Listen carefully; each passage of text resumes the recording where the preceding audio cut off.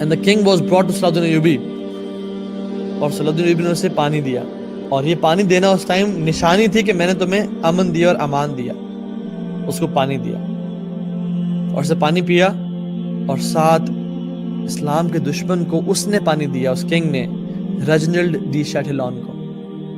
صلاح الدین ایوبی غصے میں آ گیا اور کہا کہ میں نے تمہیں پانی دیا, میں نے اس کو پانی نہیں دیا, میں نے اس کو پانی نہیں دیا. اور پھر صلاح الدین Ayubi he went close to him, اور اس کو سب یاد کرایا, تم نے ایسے کہا تھا, تم نے ایسے کہا تھا, تم نے ویسے کہا تھا. اس نے کہا جی میں نے کہا تھا.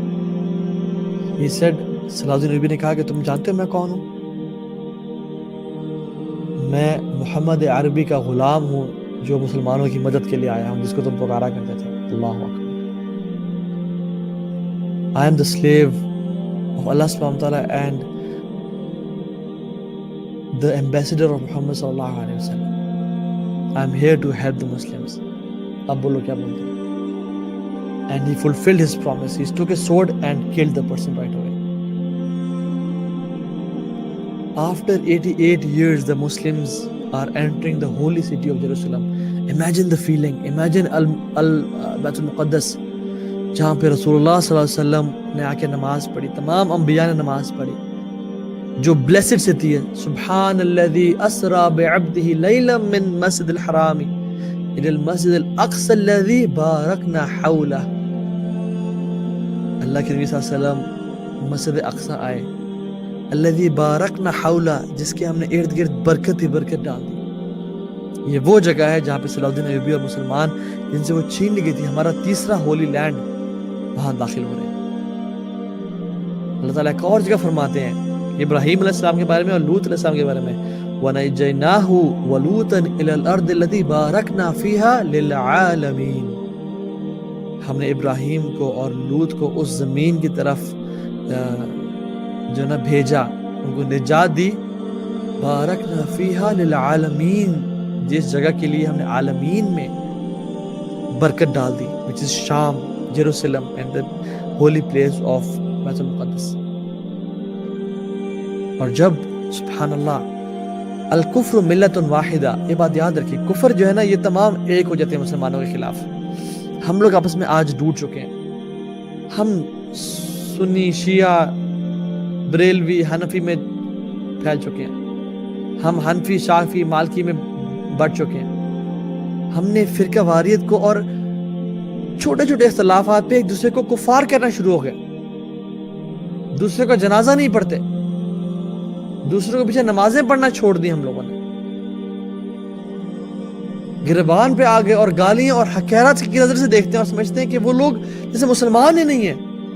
لیکن کفار جب بات آئے تو یہودی اور عیسائی, حالانکہ ڈفرینسز ہیں ان کے آپس میں بیچ میں, لیکن مسلمانوں کے اگینسٹ ایک ہے, وہ الکفر ملت واحدہ.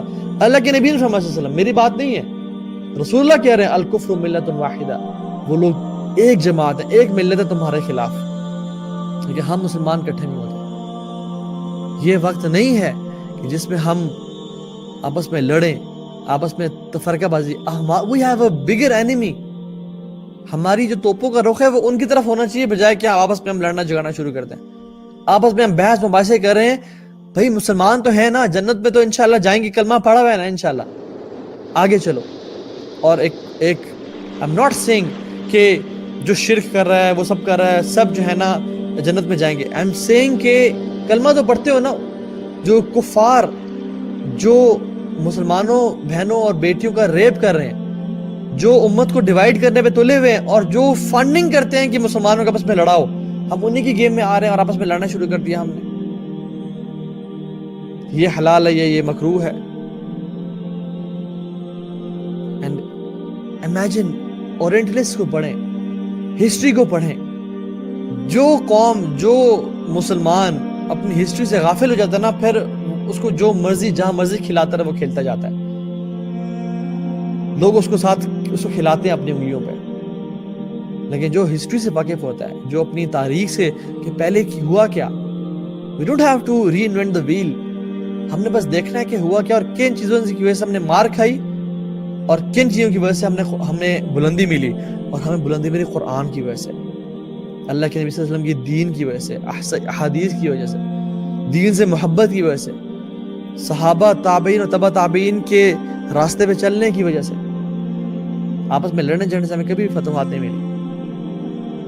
ہاں ایک علمی ڈائلاگ، ایک ڈسکشن اچھی بات ہے، لیکن یہ لڑنا جھگڑنا اور دوسرے کو حقیر سمجھنا اور دوسرے کو گالی گلوچ دینا اور دوسرے کی نفرت دل میں ہونا، جو کلمہ پڑھتا ہے اس کے لیے بھی نفرتیں نہیں ہونی چاہیے.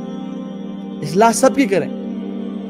فرقۃ ناجیہ جو صحابہ کا منہج کی دعوت سب کو دیں، لیکن اپنے اصل دشمن کو پہچانے آپ کا ہے کون. Then Pope Urban II, he was boiling in anger کہ جیروسلم ہمارے ہاتھ سے نکل گیا. So the subsequent hope, he wrote a letter to all the kings.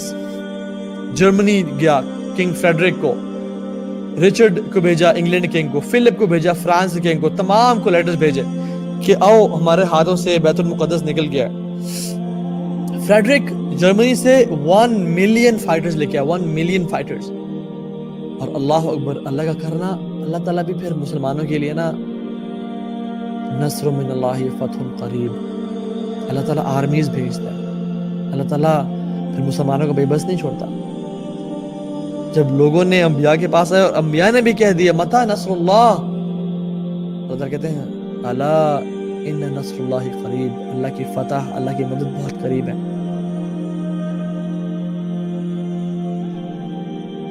وہ آ رہا تھا اپنے 1 ملین فائٹرز کے ساتھ، گھوڑے سے گرا. He drowned on his way back. He drowned on his way to Jerusalem and the army dispersed and they all went back. Richard جو کہ انگلینڈ سے آ رہا تھا اور جو فلپ فرانس سے آ رہا تھا 600,000 لوگوں کے ساتھ آئے. اور جب پوپ اربن II نے تمام لیٹرز لکھے تو تمام کفر، تمام کنگز بندے لے کے آگے قربانی دینے کے لیے اور اپنے جو فیک ریلیجن ہے بادل پہ ہونے کے باوجود وہ لڑنے کے لیے آ گئے. سو صلاح الدین ایوبی رحمہ اللہ نے لیٹر بھیجا تمام مسلمان لیڈرز کو، یہ آگے ہیں، یہ سے قدس ہمارے پاس ہے، please come and help us out. یا اللہ، no one responded. No one obliged his letter. No one cared. صلاح الدین ایوبی نے کہا کہ ہم ایک بندہ مارتے ہیں، ان کا 1000 بندہ اور آ جاتا ہے.